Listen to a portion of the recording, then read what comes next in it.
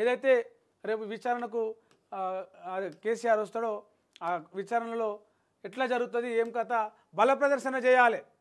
బుధవారం 11 గంటలకు కమిషన్ ముందుకు కేసీఆర్ పోతా ఉన్నారు. మీరు అందరూ భారీగా తరలిరండి అని చెప్పేసి పార్టీకి అయితే ఇప్పటికే హైదరాబాదు ఉమ్మడి రంగారెడ్డి జిల్లాలతో పాటు చుట్టుపక్కల ఉన్న జిల్లాలను కూడా పెద్ద ఎత్తున పార్టీ కేంద్ర కార్యాలయం ఏది తెలంగాణ భవన్ ఉందో అడిగి రావాలని పిలిపించారట. మరి పార్టీ ఎమ్మెల్యేలు ఎమ్మెల్సీలు ఎంపీలతో పాటు మాజీ ప్రజాప్రతినిధులు అందరూ కూడా తెలంగాణ భవన్కు రావాలని చెప్పేసి బల ప్రదర్శన చేయాలి, ర్యాలీగా పోవాలి. మనం బీఆర్కే భవన్కి కేసీఆర్కు మద్దతుగా అన్యాయంగా కమిషన్ ముందుకు విచారణ పేరుతో రప్పించి ఒక పెద్ద ఇబ్బంది పెడుతున్నారు, దానికి మనం సమానం చెప్పాలి అనే కోణంలో బీఆర్ఎస్ పార్టీ రేపు ఒక భారీ బల ప్రదర్శనకు అయితే సిద్ధమైంది. చూడాలి మరి వాళ్ళు నిజంగా బల ప్రదర్శన చేస్తారా, కేసీఆర్ విచారణలో ఏం సమానం చెప్తారు ఏం చెప్తారు అనేది రేపు తేలాల్సి ఉంది.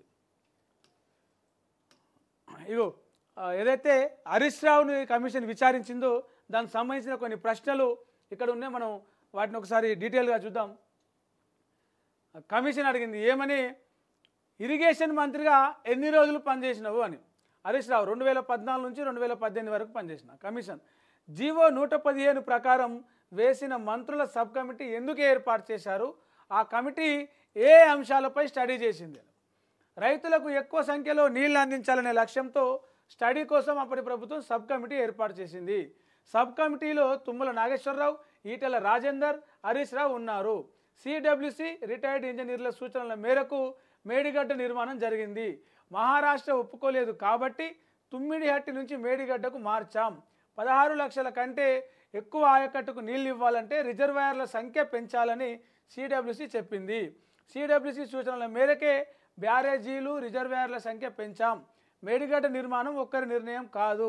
మేడిగడ్డ నిర్మాణానికి ముందు మంత్రులు అధికారులు అనేక సార్లు భేటీ అయ్యారు. వ్యాప్కోస్ నివేదికల ఆధారంగా మేడిగడ్డ అన్నారం సుందిల్ల బ్యారేజీలు నిర్మించినాం. మేడిగడ్డ నిర్మించాలని రిటైర్డ్ ఇంజనీర్లు కూడా రిపోర్టులు ఇచ్చారు అని చెప్పేసి ఆయన చెప్పింది. ఇక కమిషన్ అడిగింది మళ్ళా ఏమని, అన్నారం సుందిల్ల లొకేషన్ మార్చడం పైన ఏమైనా చర్యలు తీసుకున్నారా అని.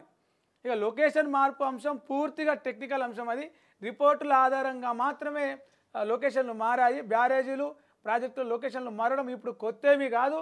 గతంలో నాగార్జున సాగరు కాంతనపల్లి ప్రాజెక్టులు కూడా లొకేషన్లు మారాయి అని చెప్పేసి కమిషన్కు హరీష్ రావు గుర్తు చేసిండు. ఇక కమిషన్ అడిగింది మళ్ళా ప్రాజెక్టుల లొకేషన్ మార్చే అధికారం హై పవర్ కమిటీకి అధికారం ఉందా, ప్రాజెక్టులకు సంబంధించిన లొకేషన్లు మార్చే అధికారం హై పవర్ కమిటీకి అధికారం ఉందని అడిగింది.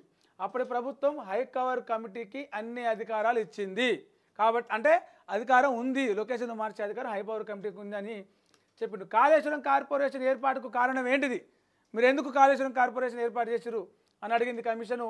లోన్ల కోసము, ప్రాజెక్టు కట్టడానికి లోన్ల కోసం కాళేశ్వరం కాళేశ్వరం కార్పొరేషన్ ఏర్పాటు చేసినాం.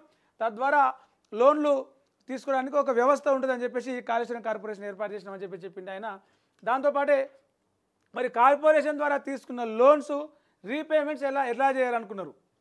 లోన్లు తీసుకుంటున్నారు ప్రాజెక్టు కోసం, సరే కార్పొరేషన్ ఒక మధ్యలో పెట్టి ఒక విధానం ఒక సిస్టమ్ ద్వారా లోన్లు తీస్తున్నారు, సరే మరి ఆ లోన్లు ఎట్లా తీరుస్తామనుకున్నారు. దానికి హరీష్ రావు సమాధానం, నీళ్ళని అమ్మి రీపేమెంట్ చేయాలనుకున్నాము.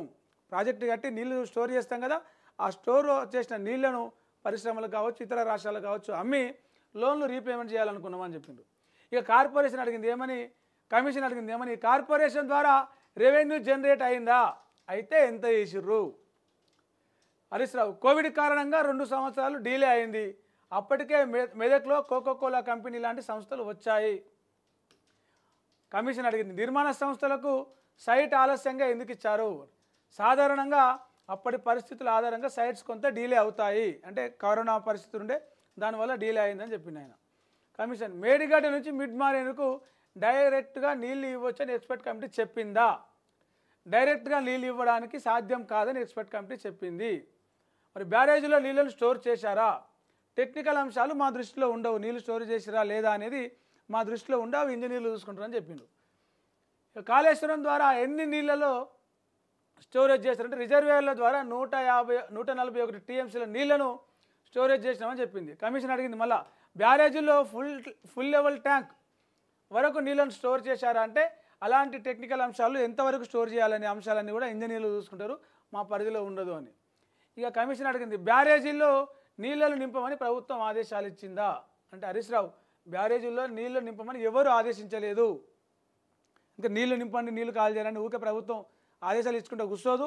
దానికి సంబంధించి నీటి స్థాయిని బట్టి అధికారులు చేస్తూ ఉంటారు, ఇంజనీర్లు చేస్తూ ఉంటారు ఆ పని అని చెప్పేసి హరీష్ రావు సమానం చెప్పింది. ఇట్లా వాళ్ళు క్వశ్చన్లు కమిషన్ అడిగింది, కమిషన్ దానికి